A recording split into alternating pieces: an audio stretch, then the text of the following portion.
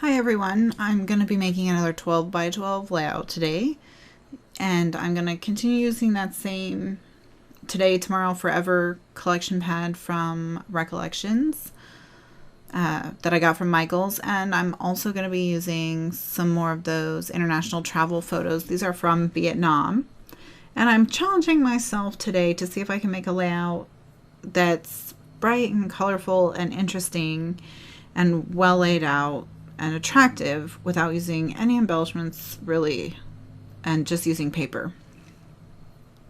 So I'm going to start by inking the edges of my papers with frayed burlap distress ink, and then I'm going to try to adhere these papers to this piece of dark brown cardstock, but once again my pink ATG has Scrapbook gremlins, so what ends up happening is I eventually abandon the pink ATG and go back to my black one, my old standby that always works.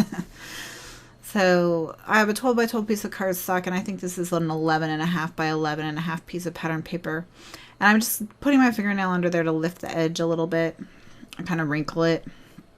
Sort of a light distressing versus using the razor blade to heavily distress it. So now I'm thinking, do I want these pieces of paper to be angled or straight, or what do I want? And I decide on straight because I'm more of a straight kind of person. That's more my comfort zone. In fact, I like straight so much that I once got a card from a friend called The Law of Straight, explaining all the rules of straightness, about how everything has to be straight. Pencils, fries, socks. That's pretty much true. So when I'm layering smaller pieces of paper under larger pieces of paper, what I do is I just put adhesive on the edge, and then I set it down on top of it where I want it to show. And for me, that's easier than trying to tuck it under a piece of paper that's already adhered down. So I added adhesive to the whole thing and stuck it down, and now I'm playing with photo placement. And I have 7 photos, and they're all of dogs from Vietnam. So this layout's going to be all about all these dogs. My sister and her friends saw all of these dogs all over the place when they were in Vietnam. So the 4 photos at the bottom are 2 sets of 2, and they're just bugging me. No matter what I do, I can't get the photos arranged in a way that is pleasing to my eye. So I decide that I need to make a file folder. So what I end up doing is putting a piece of pink cardstock down that's going to be the inside of my file folder.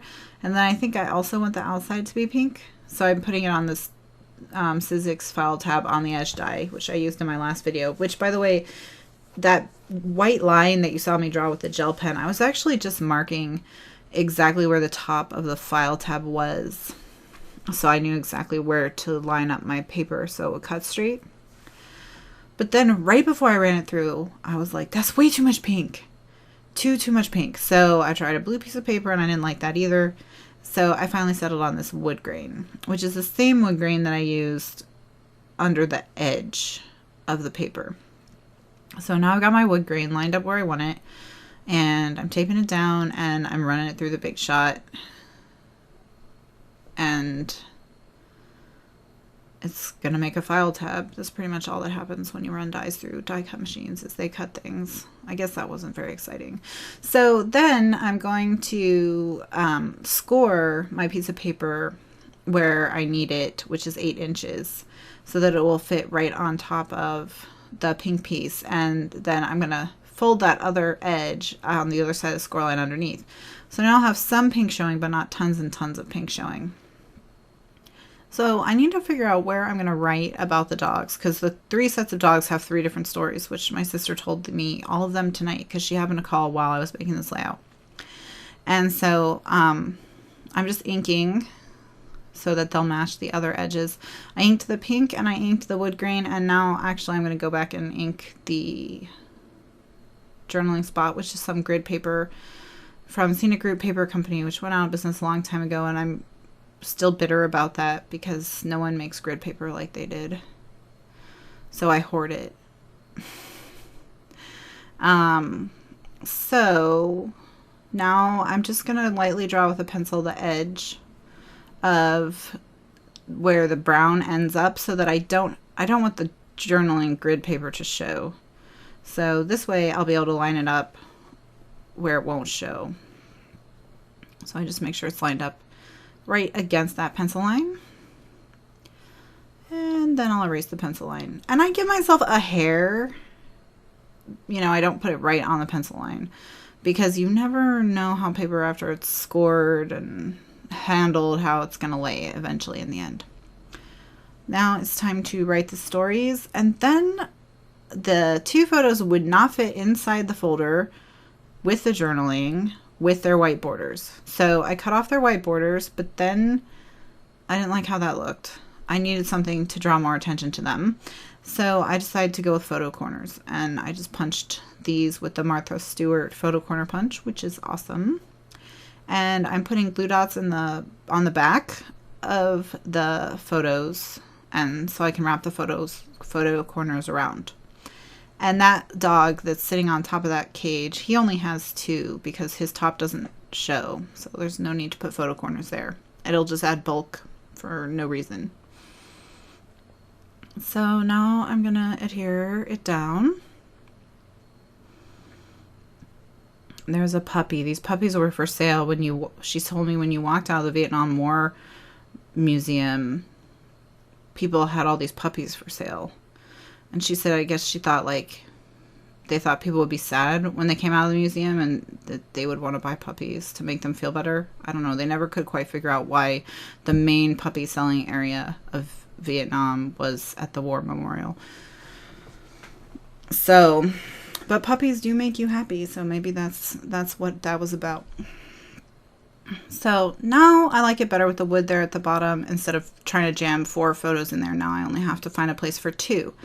But now the 3 photos at the top, I don't like how they look, kind of floaty, and I think they just need a little bit more color. And also I want something so they don't lay all on top of each other. So I decided that I'll give the 2 photos with people in them photo corners and put them on the 2 edges. And then the one that's just a dog can go right in the middle. So now I've decided I'm going to put my title on the left side of the folder.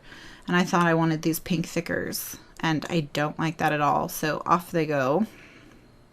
So I'm just going to try 2 other sets of thickers. I'm going to try the green foam glitter ones that I used on the previous layout because I'm thinking that could tie them together, but that was way too much of that turquoise color.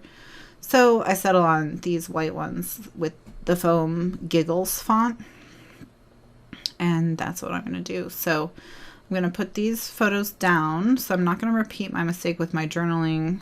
I'm going to put the photos down first so then I can put my title around the photos, which is what I should have done on the inside, but perhaps you can learn from my mistakes, because I'm sure I will have learned nothing from this layout since I repeat the same mistakes over and over again. So I put that photo down and I didn't like the angle of it all, so I'm just ripping it up and putting more adhesive on it and then angling it back the way I originally had it. I don't know why I switched it, because I'm crazy. Scrapbook gremlins. So now I'm going to do my title, and I've already decided my title is going to be either The Dogs of Vietnam or Dogs of Vietnam, and it's all going to depend entirely on how many lines will fit on this journaling spot, which I literally will not know until I'm done putting the title down. So I know Vietnam is not going to fit on 1 line, so that has to be hyphenated. So I start at the bottom with Nam, and I center it. And then I just have to work all the other letters in together. And normally when I need to center titles like this, I put my letters on the edge of a ruler so I can move them around and see where I like them. And I didn't do that this time, basically because I forgot how to scrapbook, which we discussed in the last video. So maybe the next time I do a title, I will remember my ruler trick. And I will do it so that I don't have to move my letters 500 times. But it was not to be tonight. This was not the day for thinking. Although I do have to say that this layout came together way easier than that other layout. So if they continue to improve, I should be fine. At this rate, it seems like I'll be fine in about a month. If in about a month I'll be able to scrapbook again like I used to. So we'll see how it goes. So now I've discovered I have room for The Dogs of Vietnam, so that's going to be the title. So I just need to put my the there at the top. And I have to move it, of course, because I didn't have a ruler. So here's another tip for you. Another way you can learn from my mistake is to line your letters up on the edge of a ruler before you put them down, so that you don't have to go through this yourselves. So now it's time to start gluing things down on the top and on the rest of the layout. And you see there I pointed that I left an inch without any adhesive on the back of that paper, that pink paper. And that's really important because I have to tuck the top of my folder under it. That's where the top of my folder gets adhered down. But the thing is, in order for my folder to work without the person having to take the layout out of the page protector, I have to cut a hole in the page protector. So I'm not actually going to adhere that down at this time. I'm going to do that later. But I needed to leave room for myself to do it. So that's what that whole thing was about. So now I'm just doing the photos at the top, and I centered the one of the dog by himself, side to side. That's why I turned it upside down, so I could see it better. And now I'm just going to put the other two photos. That dog is having a great belly rub day. He got a lot of attention, I guess. And I thought maybe I'd want this one higher, and then I didn't like it at all, because then they all kind of went down like steps, and I didn't like that. So I put it at the same height as the one on the right. Okay, so now the layout is pretty much finished, except for the folder. So I'm going to show you how I would put a layout like this in a page protector. And basically what you do is you get your page protector and you put the adhesive you want on the flap. So I'm going to put score tape on the front and the back of the flap. The reason why I need to put score tape on the front and the back of the flap is because the back, one of them is going to get adhered to the base page and the other will get adhered to the back of the pink photo mat. If there isn't adhesive on both sides, it won't get adhered to either the base page or the back of the photo mat. And so there's a possibility in that case then that the edge of that photo mat will lift, either because you only adhered the folder to the photo mat and you're pulling on the folder, so that will lift that corner, or you only adhered it to the base page so it's not actually attached to the folder. So that's why you need to do both. Okay, so now it's time. Into the page protector the layout goes. And then I take a ruler and I line it up with the edge of my photo mat. And so extremely lightly, very, very lightly, I run a craft knife along the edge. And I cut just the page protector, just the plastic. And it doesn't take a lot of pressure to cut the plastic of a page protector because it's not very thick, so just light as a feather. And now I am going to theoretically slide this underneath. But what ends up happening, because I didn't think this through, is I keep getting it stuck on the page protector as I try to stick it in. And what I end up doing to stop this from happening is I end up clipping the edge of the page protector down with some binder clips so that it's not poking up. And that fixed the whole problem. So if I had just done that from the beginning, this would never have happened to me. But I forgot how to scrapbook, so I didn't do it. But I'm going to do it in a second here. I'm going to realize doing the same thing over and over again and expecting a different result is a definition of insanity. So I should stop trying to stick it in there and think of something else. And that's when I come up with the binder clips. And you'll see that as soon as I have the binder clips, it slides right in and I have no problems whatsoever getting it adhered exactly where I want it. Go figure. Okay, so that's how the layout works. So basically everything's in the protector except the outside of the flap.